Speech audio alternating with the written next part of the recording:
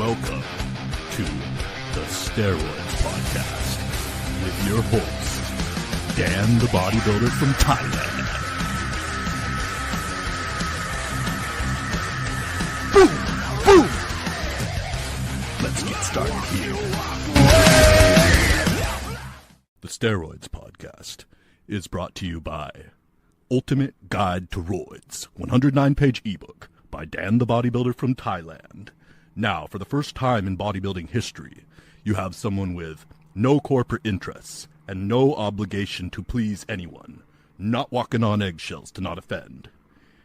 Ultimate Guide to ROIDS gives you the information, the whole truth, not a full truth and a half truth, full truth.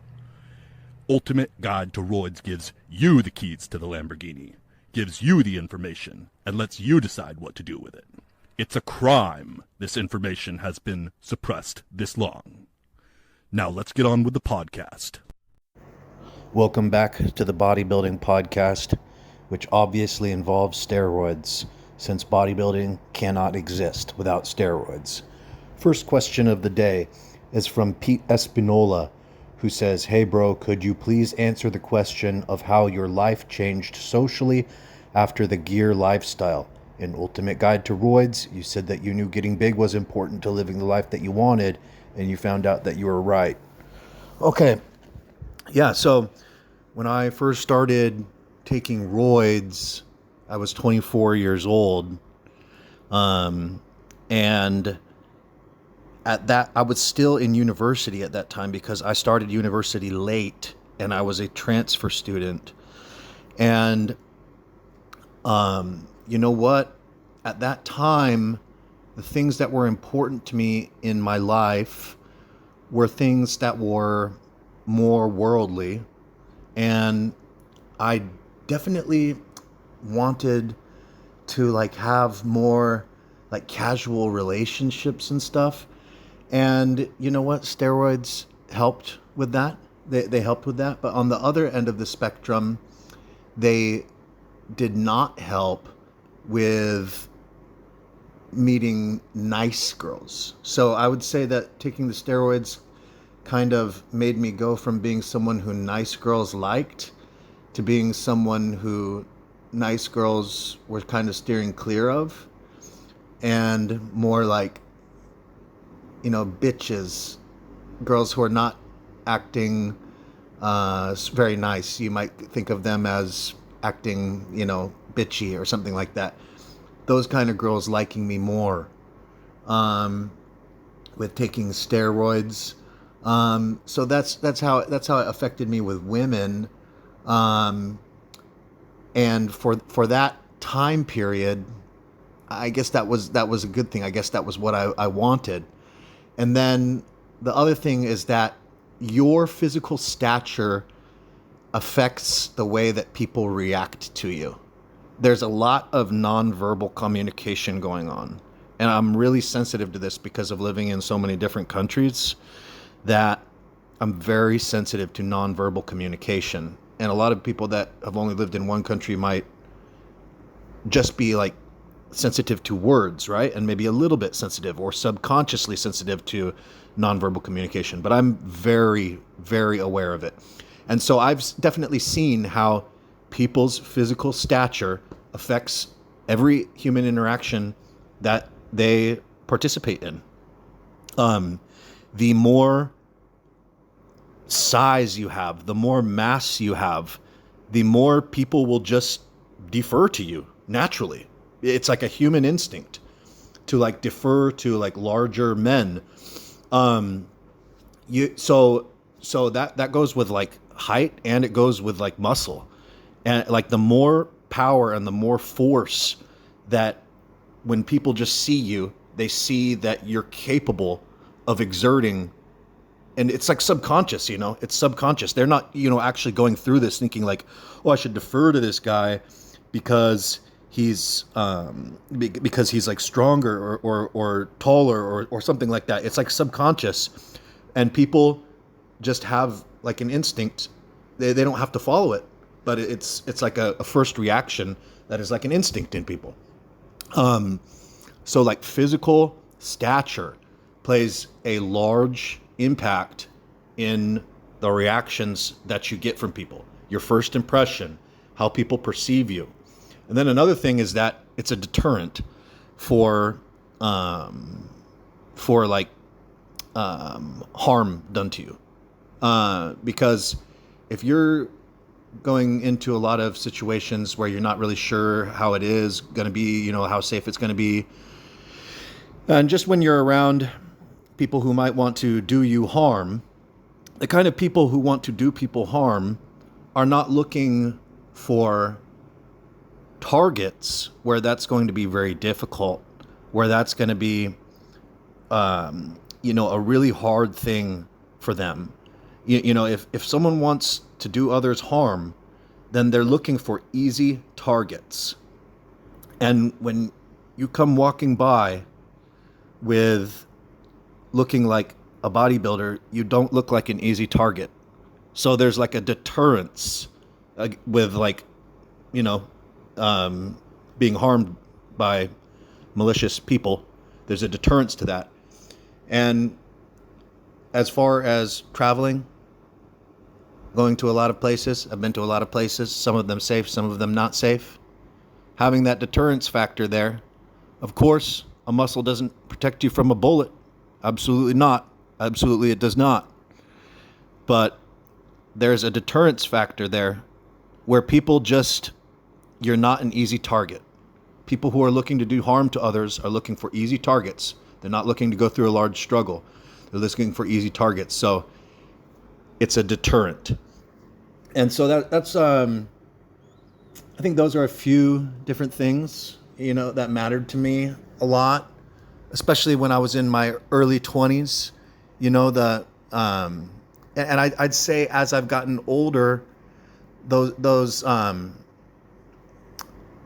of things are less important to me, but there's still some things there. And then the other thing is that as far as now that I'm older, absolutely I want nice girls to like me. I'm not trying to get like these hot stuck up girls or something, that I may have been interested in before. That's when you get older, that for a lot of guys, I think that kind of goes away. Like around when you turn 30 years old, you can kind of have like a shift where you feel like, I don't want to do this anymore. And you feel like you want to be around nice people. At least that's the way it was for me. And a lot of guys I know. So hope I answered your question there. There's other things too. I mean, we could get into a conversation about it, but I thought I'd just touch on a few of the things there that people probably, because when you talk about gear with people and you talk about what kind of social effects that it has on them, a lot of times the first thing that they'll respond to is, oh, women can smell the testosterone or something like that. And I don't agree with that. I don't think that taking testosterone makes your skin release scent things because a lot of times people will say they can smell the TREN or something. And just even saying this right now, I'm going to get a big backlash on it. But what I think people, in my opinion, when people talk about that, with women, what they're picking up on is that, again, these traits that the steroids make you exhibit more, like not caring about other people's feelings as much, less empathy, and a more strong body language, more dominant body language, and some jerk traits and stuff.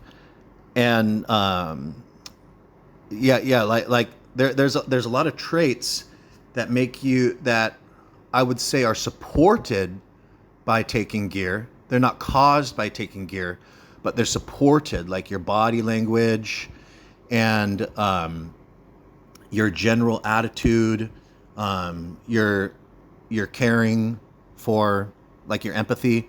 And when those go down like that, yeah, I think the nice girls like you less, but the bitchy girls like you more. So when people say oh, they smell the testosterone, or they smell the TREN or something. I I don't think that it's your pheromones increasing or the amount of scent that you're producing changing or something like that. I mean, yeah, there can be some scent changes and there can be like, maybe stronger scent or something. But I don't think that's what that, in my opinion, that's not what women are picking up on. What they're picking up on is a change in the way that you behave. And it has to do with what you're conscious of, like how you're talking and stuff, but it also has to do with like nonverbal communication, body language, etc., that these steroids have effects on. And I think it changes the type of women that are interested in you from more of the nice girls to the not so nice girls. And a lot of times the not so nice girls are more the girls that are going for like a sexy thing. And so they may be like more coveted or something like that, or like people are really interested in that. So yeah, I do think that steroids can help with that. But then at the same time, I think that they have a negative effect on women who are nice girls liking you. I think that makes the steroids make them like you less. And so yeah, that why I wanted to go over that was because people are always asking like, how do steroids affect you with women? And there's like a lot of stuff going on about that. The other thing is that the steroids make it so that you're putting all this time and effort and energy into you and into your body and everything. And there's like a big ego component with bodybuilding. And so you have to protect that because you put like so much investment into your body and everything. And you feel like a psychological need to protect that. So the more involved you get with bodybuilding, the less chances you will be willing to take on having your ego hurt. So you're going to be less willing to take risks where like you could get rejected by a woman or something like that, because you've got to protect this whole thing that you've been building up, that you've been working so hard on. I know bodybuilders can relate to me when I say this stuff. I know you guys out there can relate to me, where you may have been more just like who gives a shit or like happy-go-lucky or something like that in talking to women, like when you were natural, and then after being on steroids for a few years, more like you don't do that as much. You're more like kind of like standing there or something, like trying to, like there's a thing like with bodybuilding about like you want them to come to you because of the way you look. So you're kind of like reversing the tables, because normally women, they're looking a certain way and then men are coming after them. So you're looking to like reverse that kind of stuff. So anyways, just looking at bodybuilders in general, there's it's a bit of a myth, or like even like a meme, that getting into bodybuilding is really going to get you a lot of girls. I think the most effective way to get a lot of girls with bodybuilding is to just cut.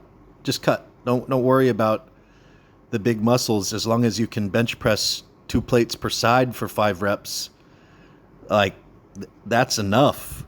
And if you just cut from there, you're going to have the body that women are more looking for.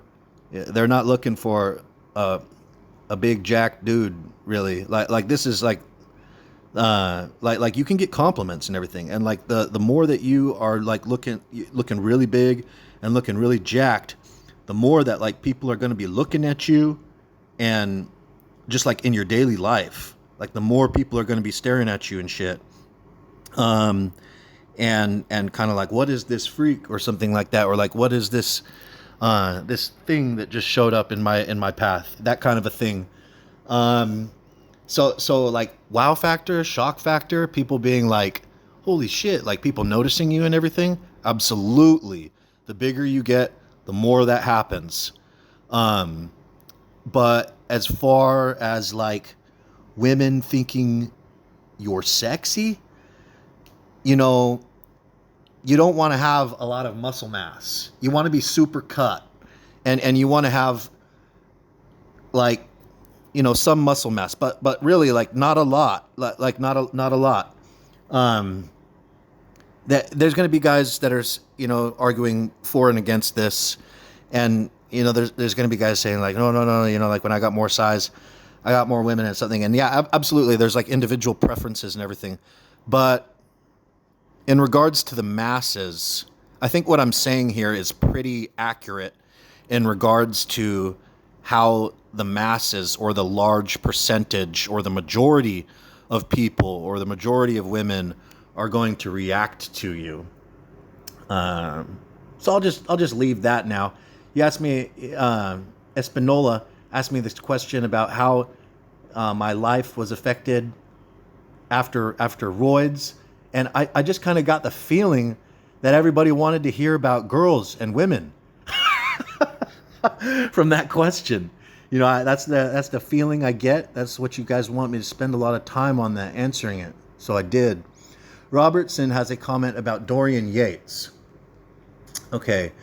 Dorian Yates thinks he's better than absolutely everybody and knows more and is a special snowflake. He's not. He's a prick from Birmingham. That was a good one. So this is, I think that Dorian Yates was obviously a great bodybuilder and everything. Here's what I think about Dorian Yates' training method. And I think it's really good. But some people, I don't know if he's doing this, but trying to say like there's only one training method or something, like same thing with like Mike Mentzer. Like, of course there's not. And they try to focus on like one method of getting to a goal. So they're saying like, the goal is to be really good at weightlifting, to be able to do a lot of different exercises in the gym for a lot of sets and reps with a lot of weight.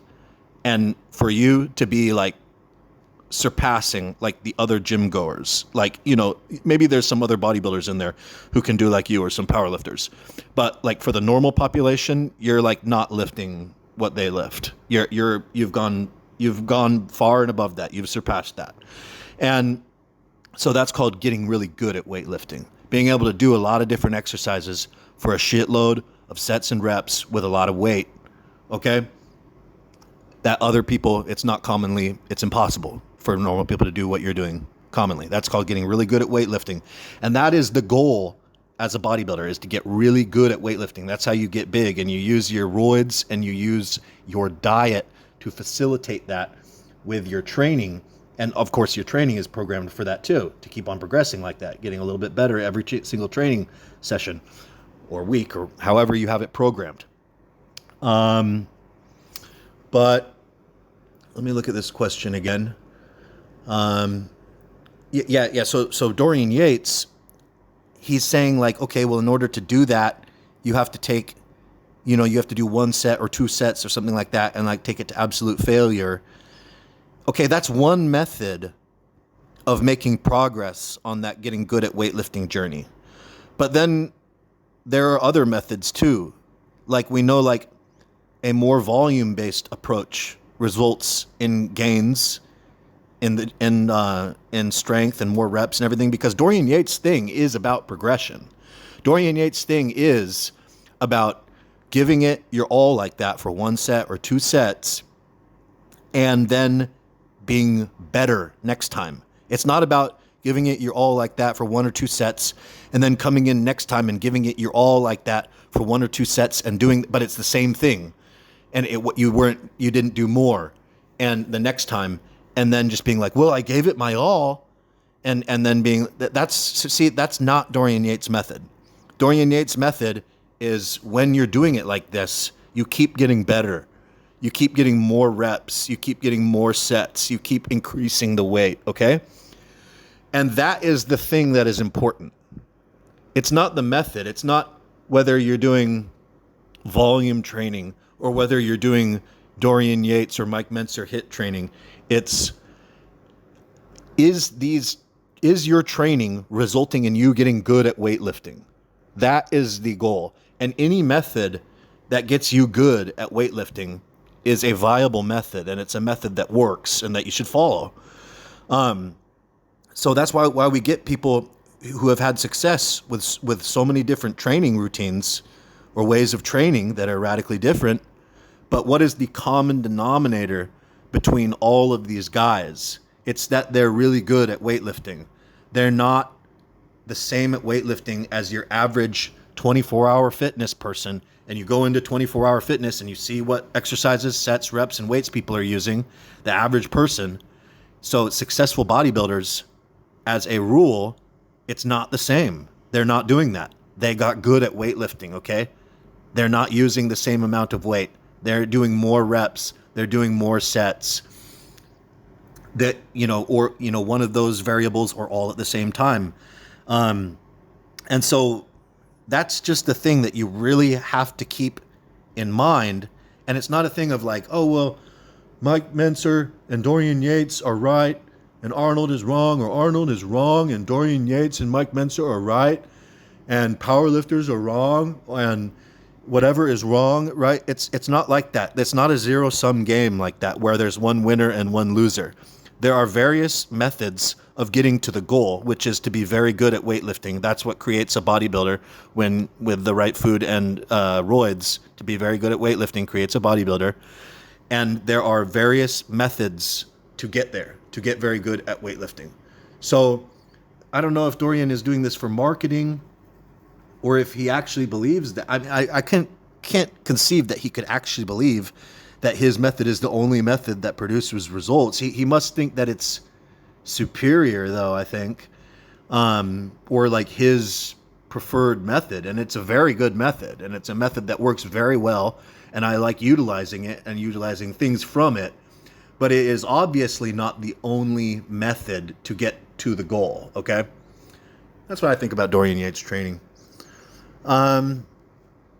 Someone asks if I can talk about IGF-1 LR3. Okay, so IGF-1, again, the really important IGF-1 is the IGF-1 that is created inside of your muscle cells, and it can't be measured in blood serum because it doesn't get into the bloodstream. Okay, so your actual muscle cells manufacture that IGF-1 themselves, not your liver. So when you take growth hormone, it both stimulates your muscle cells themselves to create IGF-1, and it also stimulates the liver to create IGF-1. Okay? And so that liver-produced IGF-1 is the IGF-1 that gets into the blood circulation. And when you take IGF-1 LR3, long R3, it's a long-acting IGF-1 that is in your blood circulation. Okay? So you're getting this IGF-1 that is not the type that is like super valuable in bodybuilding, the intramuscularly created IGF-1. But don't get me wrong, there are definitely anabolic and growth effects and metabolism effects of taking IGF-1, of having systemic IGF-1 levels, such as from growth hormone, etc. But again, the cosmetic effects of this are pretty extreme. So when we're looking at these physiques that are modern bodybuilding, and they look like a refrigerator, they look like a square, they're 3D as fuck, but they look like some kind of Frankenstein or some kind of monster or something. It's definitely not a body that like the average person on the street would say, I want to look like that. It's not like that. That because the really good looking look, where you'll have people on the street being like, damn, I wish I could look like that. That's a steroid thing. But this modern bodybuilding look, where you look like a refrigerator, you look like some kind of alien out of a science lab, that is a growth hormone, peptide, insulin thing, okay? So when you're doing things like, taking huge dosages of growth hormone, taking IGF-1, various types, taking a lot of insulin, the cosmetic effect that you're going to get to your body is going to be more of this modern bodybuilding look. And if you're keeping those peptides, such as insulin, growth hormone, etc., low and not relying on them or not using them at all, you're going to have more of this classic bodybuilding look. So classic bodybuilding did utilize low doses of growth hormone, about 4 IUs per day. But they did not use insulin, and they did not use IGF-1 LR3. So it really depends on what you're going for. There are, like I mentioned, there are anabolic effects of systemic IGF-1, bloodstream IGF-1, not just intramuscular IGF-1. There are anabolic effects, and metabolism changing effects, etc. So nutrient partitioning. But the question of, would you utilize it? Well, if you're going for a modern bodybuilding look, the modern bodybuilders are using it. If you're going for a classic bodybuilding look, the classic bodybuilders did not use it in any dose. Okay, next question. Justin asks, what is the cosmetic effect of Equipoise? Okay, so Equipoise is not a steroid that comes in and blows you away. It's something that causes an anabolic effect in the body, a mild anabolic effect in the body. So it's one of these things, again, where you could say it helps other roids work better.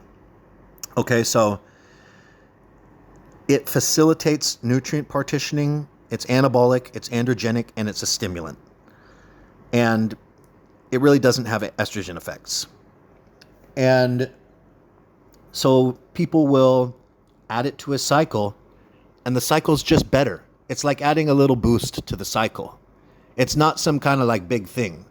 Like it'll give you like some more increased muscle fullness. Like Primobolan, but not as much. You know, Primobolan gives like an increase in muscle fullness. Anavar kind of does too. And so Equipoise can have an effect like that. I mean, testosterone can also have an effect like that. Testosterone can make you full as fuck. So Equipoise is very similar to testosterone. And it does, testosterone does, like, when you're really pushing up the dosage, though, it can cause like more water retention. And Equipoise doesn't tend to do that.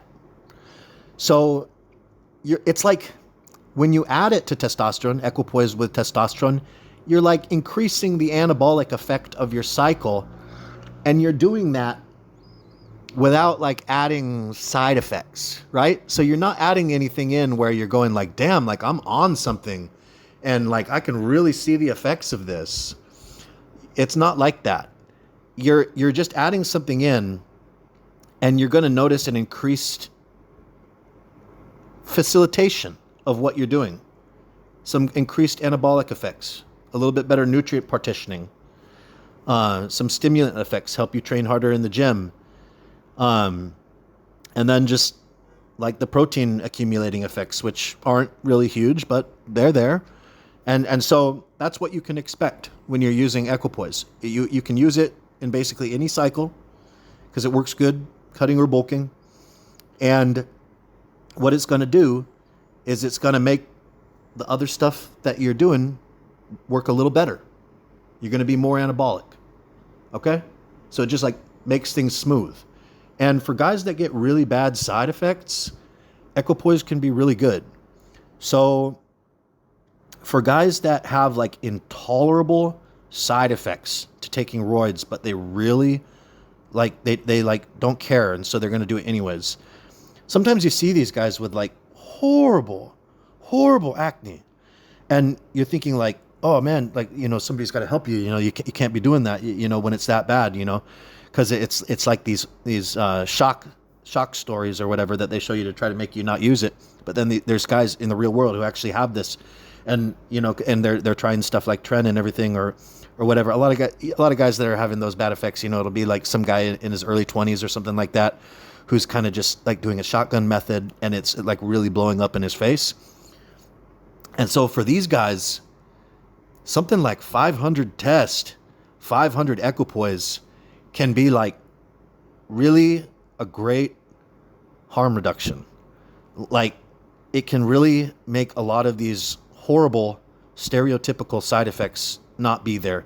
And these guys that have this kind of experience with roids where they're getting like the worst side effects, like cosmetic side effects, it can be one that doesn't aggravate it for them. So Equipoise definitely has a utility there too in guys who are getting horrible, unacceptable side effects from roids and looking for like some way to like control shit, well, Equipoise can be a good option there. Okay. Travis asks, how do you program carbs for maintenance bulk on or off super subs? Okay, so let's say for bulk. So the carbohydrates they're really going to fucking facilitate muscle gains, okay? Because this insulin thing, okay?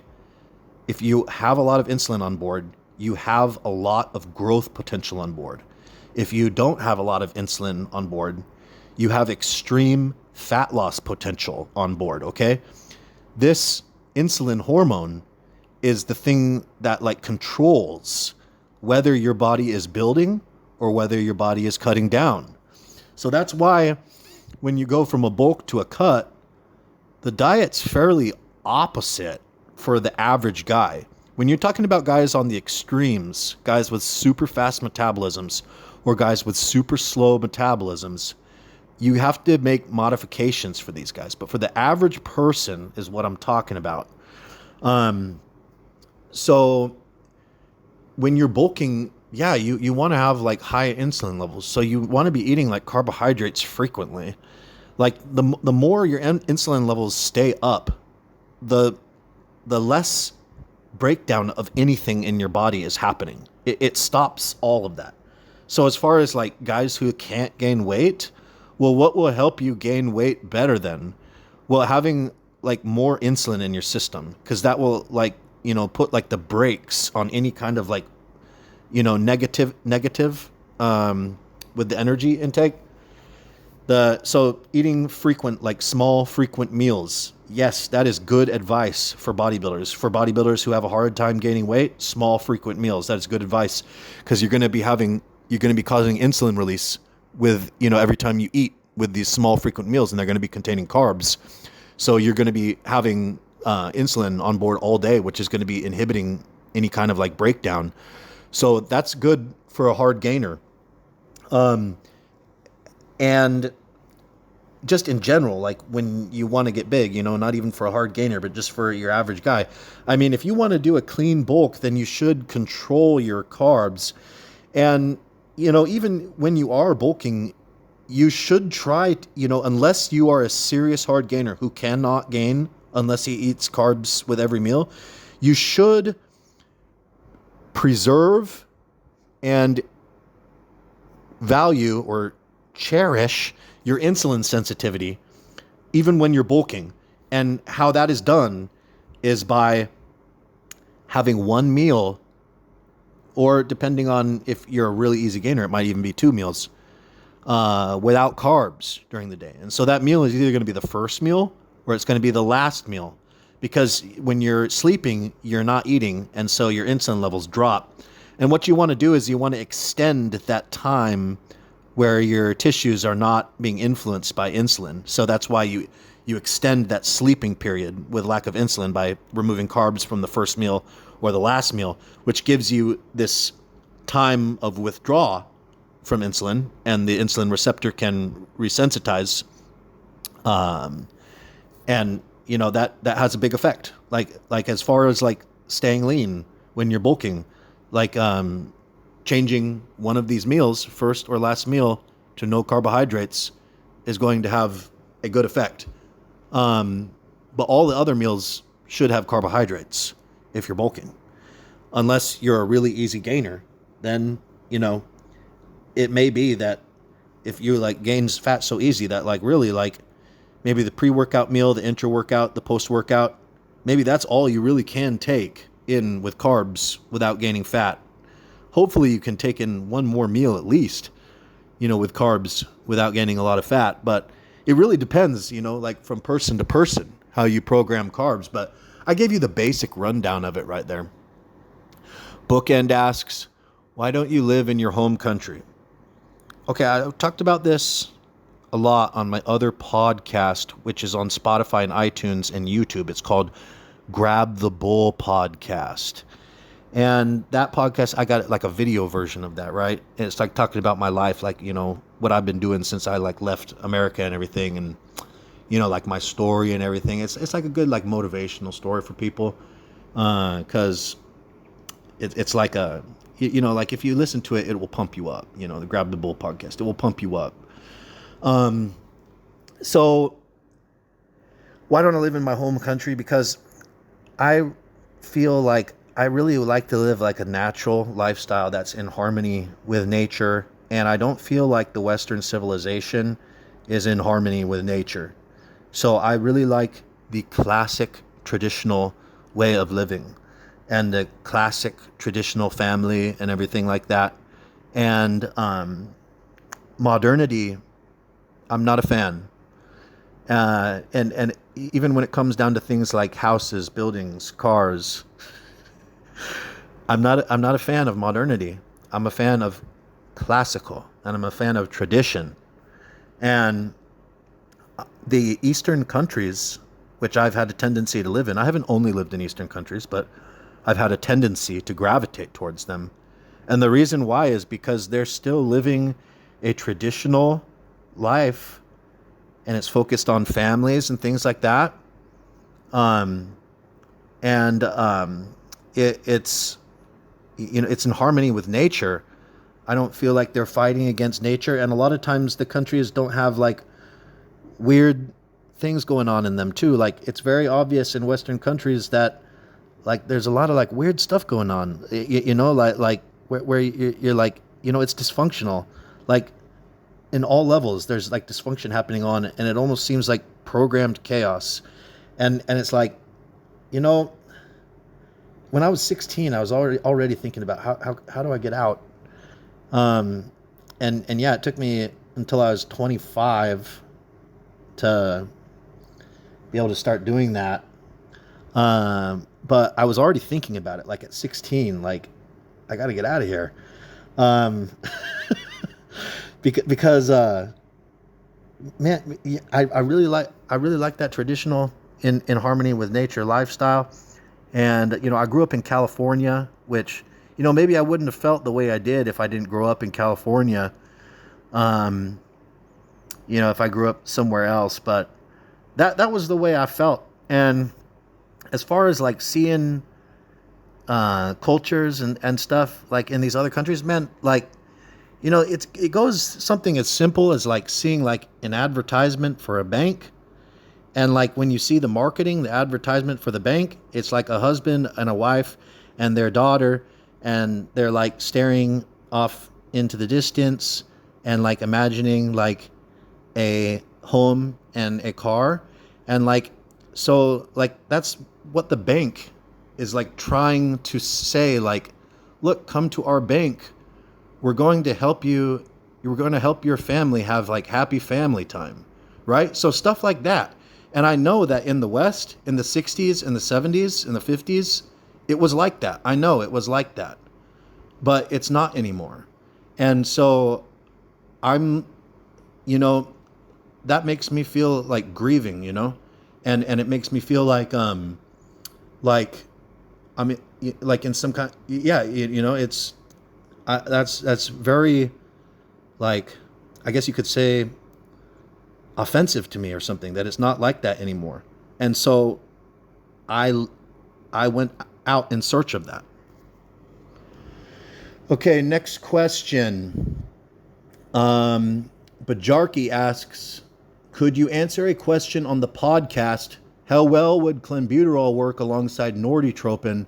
What would be the best protocol? And since Norditropin is a fat melter, would it be a turbo upgrade to put in Clen, or would it be a waste since HGH is already doing so much?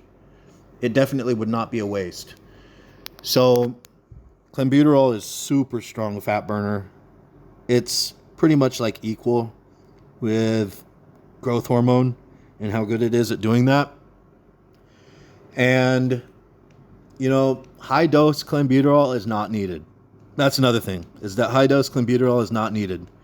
You know, 20 micrograms per day, 40 micrograms per day, those are effective doses.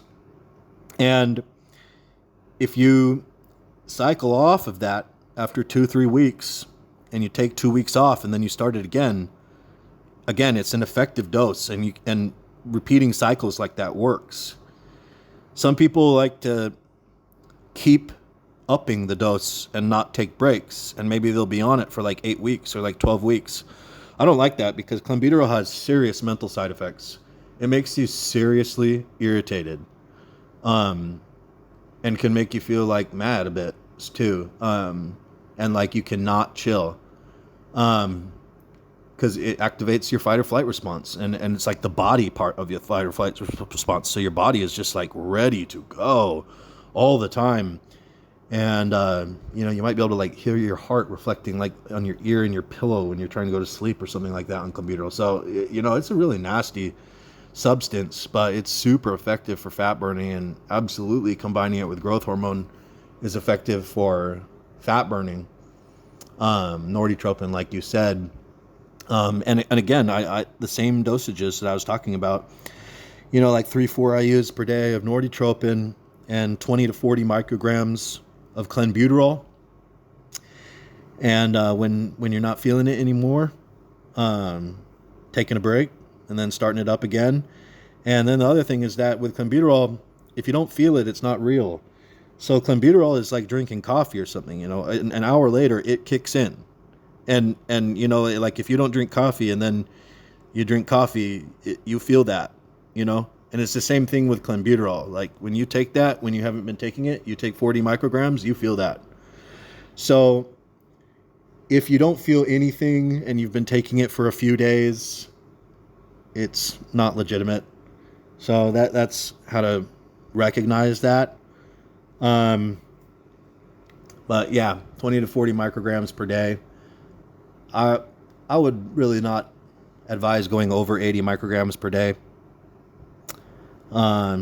Just because, again, I think if you keep your tolerance down, you can stay on those safer therapeutic doses like are used for asthma, 20 to 40 micrograms. And you don't have to just beat on your system so hard with those high doses of Clenbuterol. Okay. Next question. Okay.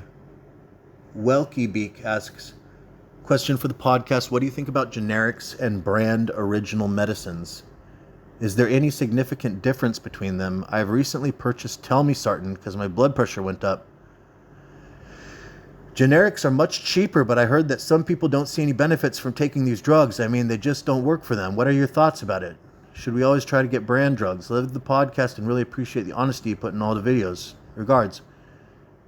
Yeah, so I think that it's a, normally the brand name medications are a little bit better. Yeah, normally just anecdotally, in general, but not all the time. Sometimes there's like amazing generics, and I'm talking about medicine. Okay, I'm talking about medicine. Like we're talking about like ibuprofen. We're talking about like Cabergoline, something like that. A lot of times the generic medication is fine.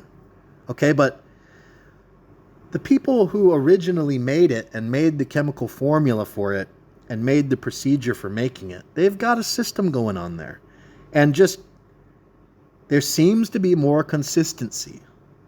So a lot of times in medicine, there is very good generic medicine available. But sometimes there's generic medicine that it just doesn't seem to pack the same punch as the brand name of the, quote, same chemical does. And that can be for various reasons. And I think the most likely reason is just the quality control process not being as high. And I really think that's the main reason, is the quality control process not being as high. And so sometimes you just get lower quality stuff.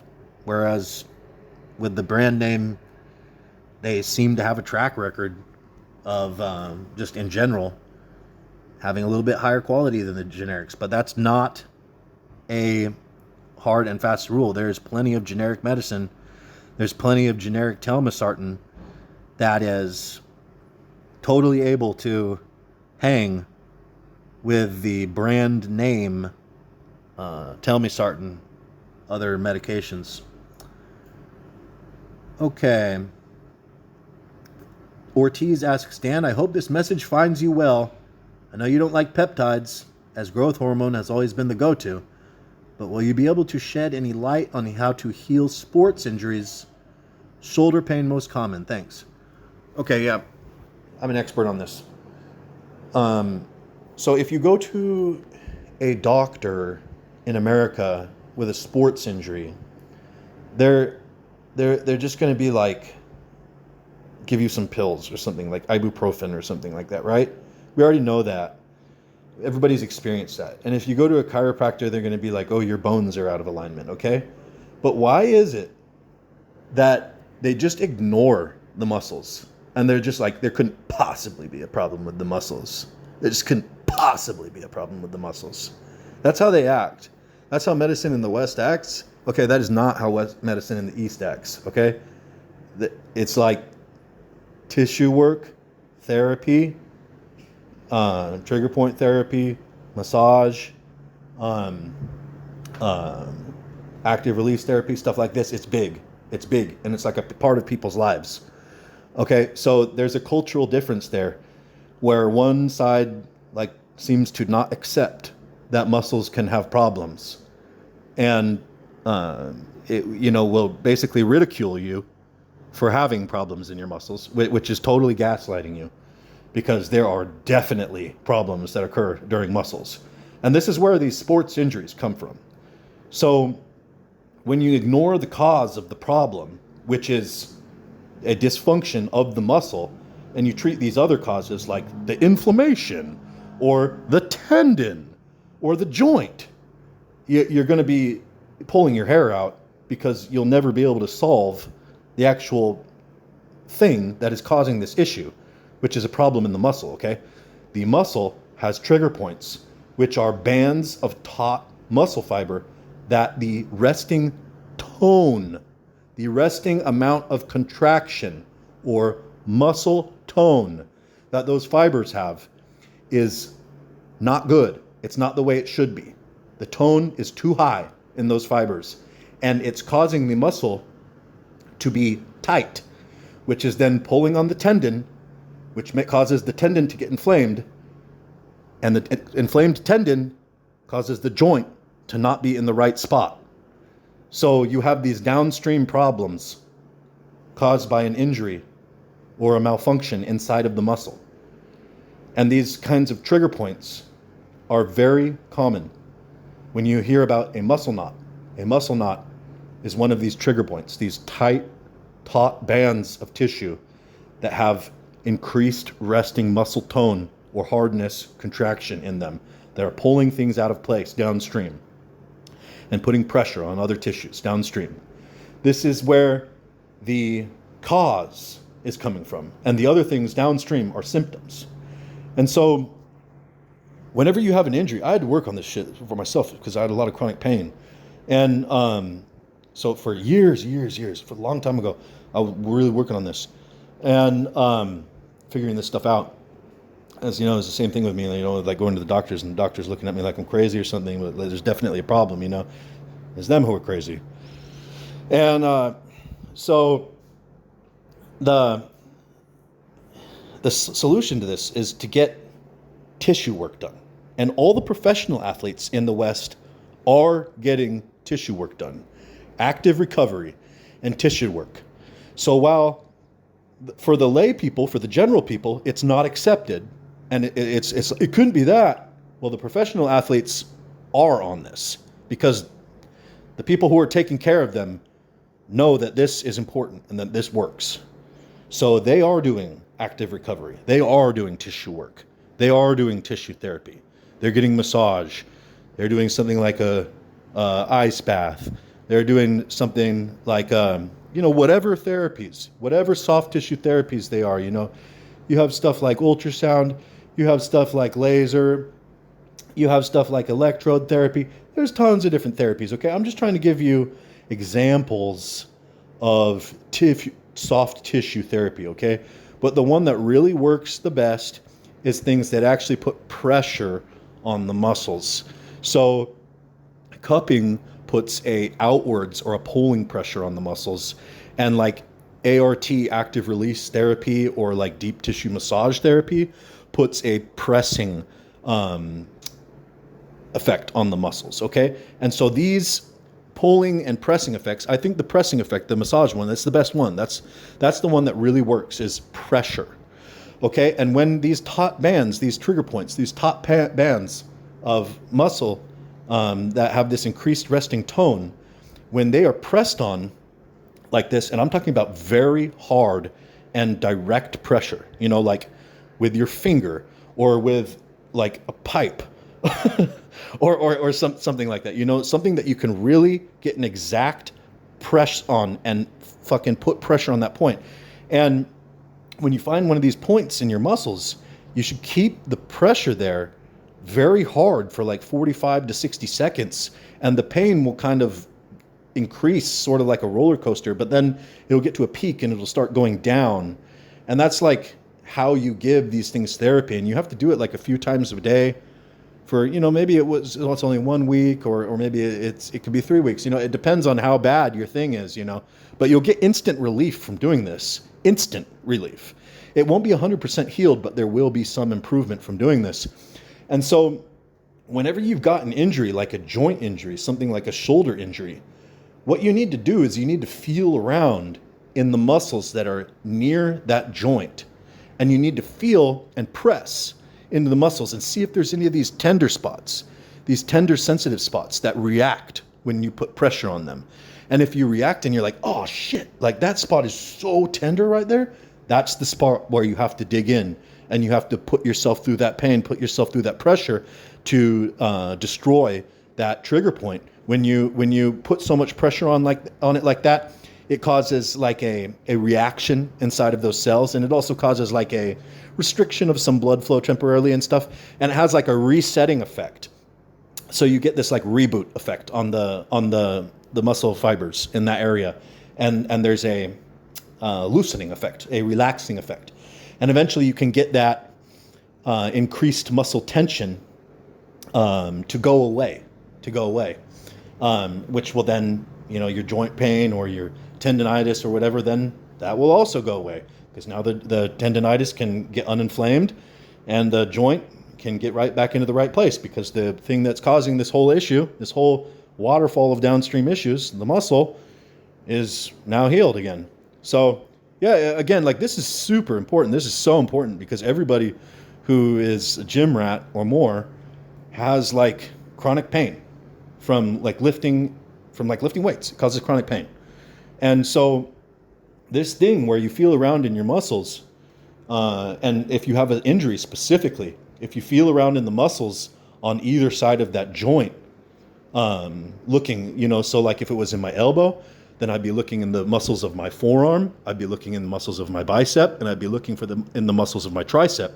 And I'd be trying to find a tender spot that when I touched it, like radiated pain and was like, oh shit, putting pressure on that spot. And a lot of times it might even radiate pain like into the joint specifically that is hurt. And that's when you can tell for sure you're on it. You found it. You found the one that is causing the problem. And then again, you give yourself that self-therapy, like I was talking about, with the pressure on that spot causing the pain. And yeah, so that's trigger point therapy. Super important. A Theracane or a croquet ball or a lacrosse ball, foam roller. These are all ways. You know, a Theracane and a lacrosse ball or a croquet ball are like pretty extreme because it's like really hard. And those are what I use because they're like rock hard. And me personally, I got this, I've been lifting a long time. So I got, I've dealt with this issue. And so I always carry a Theracane with me and a croquet ball. Because those are mandatory pieces of equipment for me, man. I can't even function without that, So, because I'll lock up without it. So those two, very good. They're the most intense, but also a a foam roller, high density, hard foam roller, is also a good method for working on this. All right. So that's going to be the last question for the podcast today. It was fun talking to you guys, and I'll be coming up with another episode for you guys real soon here. So make sure to go pick up Ultimate Guide to Roids, 109-page ebook by Dan the Bodybuilder from Thailand. You know, if you just go to bodybuilderinthailand.com, it's I think it's the first article on the homepage where you can check it out and read like 20 pages. It's definitely worth it. It's my best content. You know, if you like the podcast, the book will blow you away.